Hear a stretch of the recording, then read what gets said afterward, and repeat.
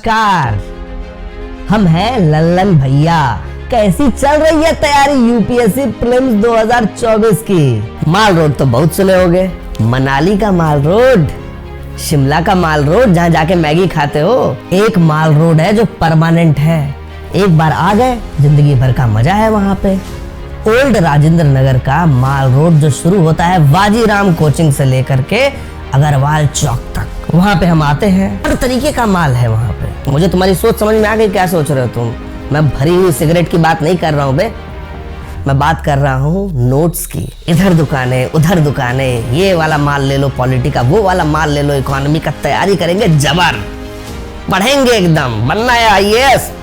लेकिन फिर धीरे धीरे चाय पीने जाते हैं जिसके साथ, वो भी तो माल है। तो मैं शुरू करता हूँ वो कहानी ओल्ड राजेंद्र नगर में। ओल्ड राजेंद्र नगर में। ओल्ड राजेंद्र नगर। ओल्ड राजेंद्र नगर जो ओल्ड राजेंद्र नगर की है। हम आते क्यों हैं यहाँ पे? वो वाला माल कलेक्ट करने जो पढ़ाई कराएगा, सिलेक्शन करवाएगा। लेकिन हम यहाँ रुक जाते हैं, ठहर जाते हैं बिना सिलेक्शन के भी। काहे रुकते हो? क्योंकि तुम्हें मिलती है यहाँ आजादी, ये सच्चाई है। देश 1947 में आजाद हो गया था, दिल्ली में नेहरू जी ने साइन कर दिया था कॉन्स्टिट्यूशन, लेकिन तुम्हें मिलती है आजादी अपने माँ बाप के तानों से, रिश्तेदारों से, भाई बहन के कहासुनी से। ओल्ड राजेंद्र नगर में आजादी। आते तो यहाँ पढ़ने हैं, कब पढ़ाई छोड़ करके उस आजादी की राह पे निकल जाते हैं। आजादी किस चीज की ये समझो पहले, बहुत जरूरी है समझना तुम्हारा।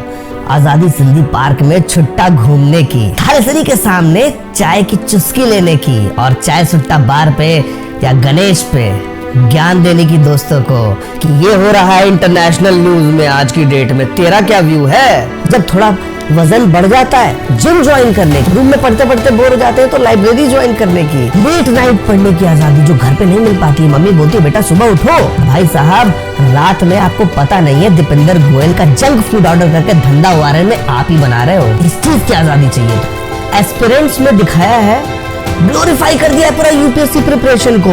बाहुबली लगते हो तुम, 12वीं फेल में एकदम बढ़िया सक्सेस मिली जाएगी। मेहनत करो, मेहनत करोगे तो सिलेक्शन हो जाएगा। लेकिन भैया कहते हैं बैलेंस मेंटेन करना होता है लाइफ में। कौन मेंटेन करता है बे बैलेंस? हम सब डिसबैलेंस है, हम सब के सब डिसबैलेंस है।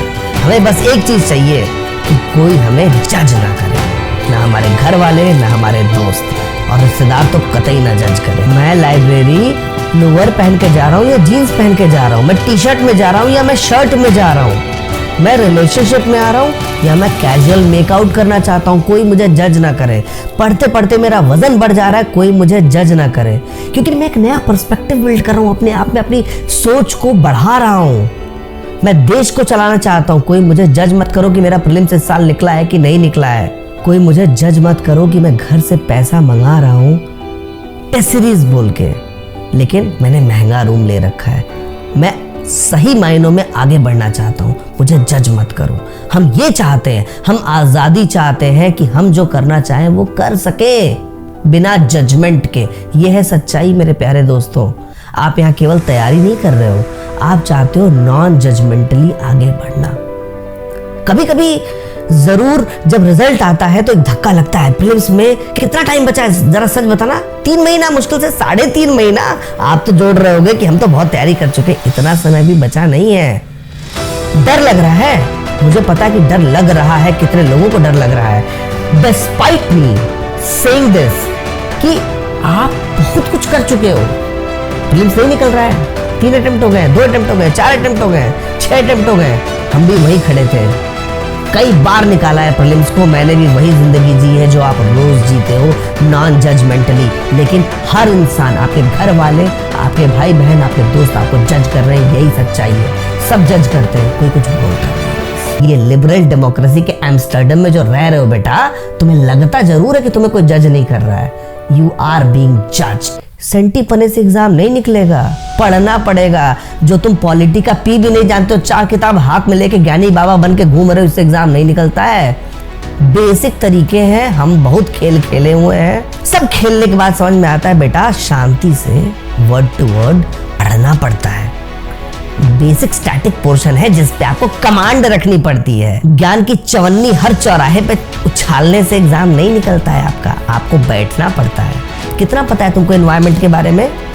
अभी 4 एक्ट बोलूंगा तो तुम फुस किसमें अमेंडमेंट हुई है साल? फुस पॉलिटी में बस पढ़ लिए प्रेसिडेंट ऑफ फंडामेंटल राइट पर किताब बंद कर दिए, हो गए इनकी प्रिपरेशन। हल्ला मचा रहे दुनिया में, इंटेलेक्चुअल एकदम लिबरल इंटेलेक्चुअल बने पड़े हैं। ये जो तुम जमा आके तैयारी कर रहे हो ना, यहाँ पे अय्याशी में घूम रहे हो, यहाँ से लेके वहां तक, पानी की टंकी से लेके गंगाराम तक, दोस्ती यारी बना रहे हो बेटा, हम सब कर चुके हैं। आश्वासन दे रहा हूँ बेटा, हवाबाजी में प्रीलिम्स नहीं निकलता है, मेहनत करनी पड़ती है। और प्रीलिम्स की पहली स्टेज है बहुत इंपॉर्टेंट, बहुत बार क्लियर की है हमने, बहुत दोस्तों क्लियर कराई है। अगर तुम्हारी हालत थोड़ी टाइट लाइट महसूस हो रही हो और समझ रहे हो कि मुश्किल दिखता है सब पढ़ने के बाद, ज्ञान देने के बाद, जो तुम ज्ञान के ऊपर पहुंच गए हो, वहां पे जाने के बाद बता रहा हूं, आओ जुड़ो मुझसे। ये रहा व्हाट्सएप नंबर, कॉल मी। पोटेंशियल होगा तो मेहनत करेंगे तुम्हारे साथ। Thank you guys. Do like, subscribe and share with your honest friends who want to prepare for civil services examination seriously.